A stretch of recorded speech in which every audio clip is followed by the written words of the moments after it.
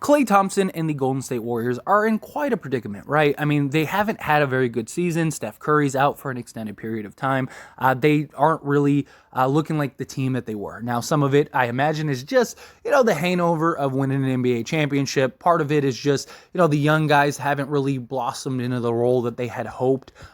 Injuries are also a big factor, big issue. And I just think it's a multitude of things, right? You're not going to win every year. You're not going to be the best team every year, as great as the Warriors have been. I mean, they've been a real dynasty the last, 10 plus years, and it's just been terrifying. But sooner or later, the Warrior players, as well as the Warriors organization, are going to have to start making some decisions, start making some moves, right? Draymond Green seems to be very likely the odd man out, and is very likely, if not next year, the year after probably will be his last year with the Warriors. I don't see the Warriors giving him a max and paying him, especially after the whole Jordan Poole thing, which I assume is probably a bit of a factor. And Jordan Poole is kind of now being thrusted more into the spotlight. He's having a bigger role, especially with Steph out, and he's likely the key cog for the future. So Draymond could be on his way out and going to various locations, and Klay Thompson may also end up being that guy, right? They got Andrew Wiggins, they got Jordan Poole for an extended period of time. How long is Jordan Poole going to want to be coming off the bench? He's kind of the move for the future. And Klay Thompson, is he willing to maybe take a bench role or make that sacrifice? And he's coming due for a contract. And is Golden State going to max him out with all his sort of elements? Now, he's not the player that he once was. He's still a great player. He's still shown great promise this season. And who knows, maybe it'll take him a little time, get back into the swing, get back into the flow of things, but he's very likely never going to be the guy that he once was, right? That 3-and-D, just one of, if it wasn't for Steph Curry, would be the best shooter in the league, and just that monster on both sides of the ball. Now, he's still serviceable, he's still very good, and he's still an elite three-point shooter. Like, he's a guy that could probably play till he's 50 because he's just such a great three-point shooter. He can play in that Ray Allen role, and many teams would love to take Klay Thompson if he was to leave. And there are reports that have came out that says Klay Thompson may consider it. Now, I think that there will be several factors. It's hard to see and imagine Klay Thompson leaving the Warriors, but it doesn't seem as far-fetched, right? Again, the Warriors are going to have to start making decisions. Are the Warriors really going to pay Klay all that money, especially if they don't believe that they're a title contender anymore, right? Like, what do they do in that regard? Or do they retain him to later trade him? That could be a possibility. But if they're paying him too much money to where it doesn't make sense, then they might be stuck. They might be in a bind. If you let Draymond go, that alleviates some of the burden. But do you have anybody that could replace Draymond?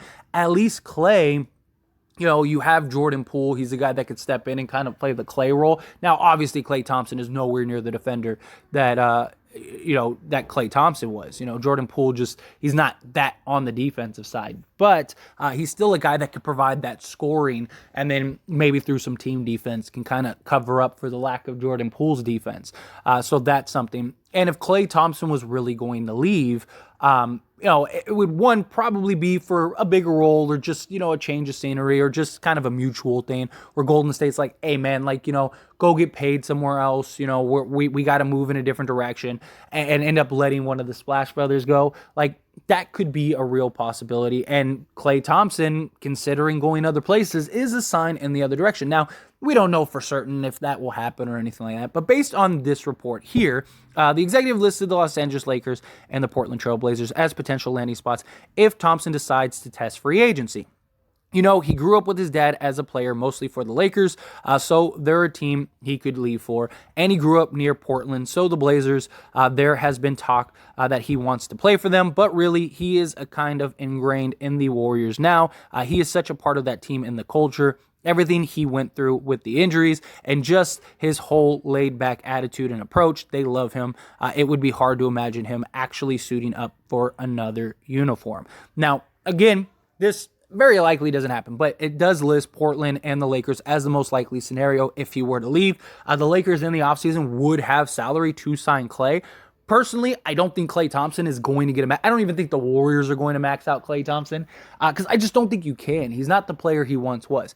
Now, he is a very, very suitable player. Again, many teams would love to have Klay Thompson.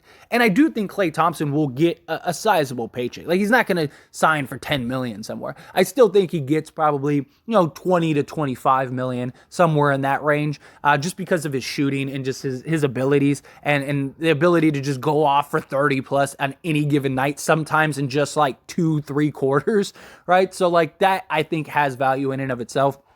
Look, if the Lakers could get Klay Thompson, I mean, I think you have to, right? Like if you're in free agency and you have an opportunity to get Klay for, say, 20, 25 million, I think you have to. The concern is his injury history, as well as, his age, 34 years old. He's only getting older. But again, his shooting allows him to really be a guy that he could play into his 40s, right? As long as his legs and knees stay intact and like he can have the lift for his shot, he's going to be able to get you buckets. And he would be a perfect third option complement next to LeBron and Anthony Davis, right? I mean, seriously, like the one thing the Lakers need more than anything is shooting and defense. Now, Klay, again, isn't the elite defender he once was, but he's still a serviceable defender. He still plays defense. And just the ability to knock down the shots. Imagine the looks he'll get with LeBron James creating for him and Anthony Davis. He's going to get a lot of open looks, many like when, he was in Golden State with Steph and, and KD and stuff. Like, he was the third guy that was getting all the looks, right? So that would very well be the case with the Lakers. And he's just a guy that would be dead-eye, be able to take a ton of the burden off of LeBron, ton of the burden off of Anthony Davis.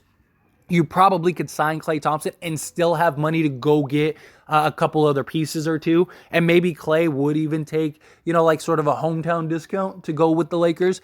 So if you could get him for like 20 million, or like maybe even better, like 18 million, then you could even go and maybe get like a Miles Turner or something like that. And now you have, Klay Thompson, Miles Turner, Anthony Davis, and LeBron James. Like, that's a pretty good foundation. Again, Klay's shooting and ability would allow him to be good even when LeBron does leave. And so you'd stuff Klay, AD, and maybe like again, say a Miles Turner or something like that. Although Miles Turner is working out a contract extension with the Pacers, that doesn't mean one will get done. And two, I'm just throwing out names, just saying like, hey, this is a possibility. But it comes down to what does Klay want to do?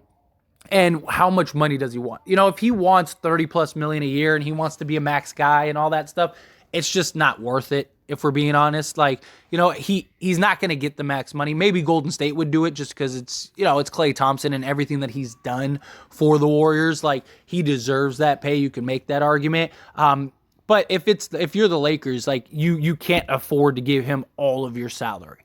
You just can't. This version of Klay Thompson makes the Lakers a legit contender. Now, Klay Thompson 5 seasons ago, yes, absolutely. But with LeBron's age, 39, Klay Thompson, this version of Klay Thompson, and then Anthony Davis, night in and night out, any given moment could go down for a month. I don't think that would be enough to win you a championship. Now, come playoff time, I mean, it would be scary. If everyone's healthy, like, good luck. But I think you need a more well-rounded roster. I really do. Like, instead of going the third star route, I think you need to get a more well-rounded roster. But if Klay is willing to take a reasonable salary, like I said, if he'll take somewhere in the 18 to 22 million range, I think you do that.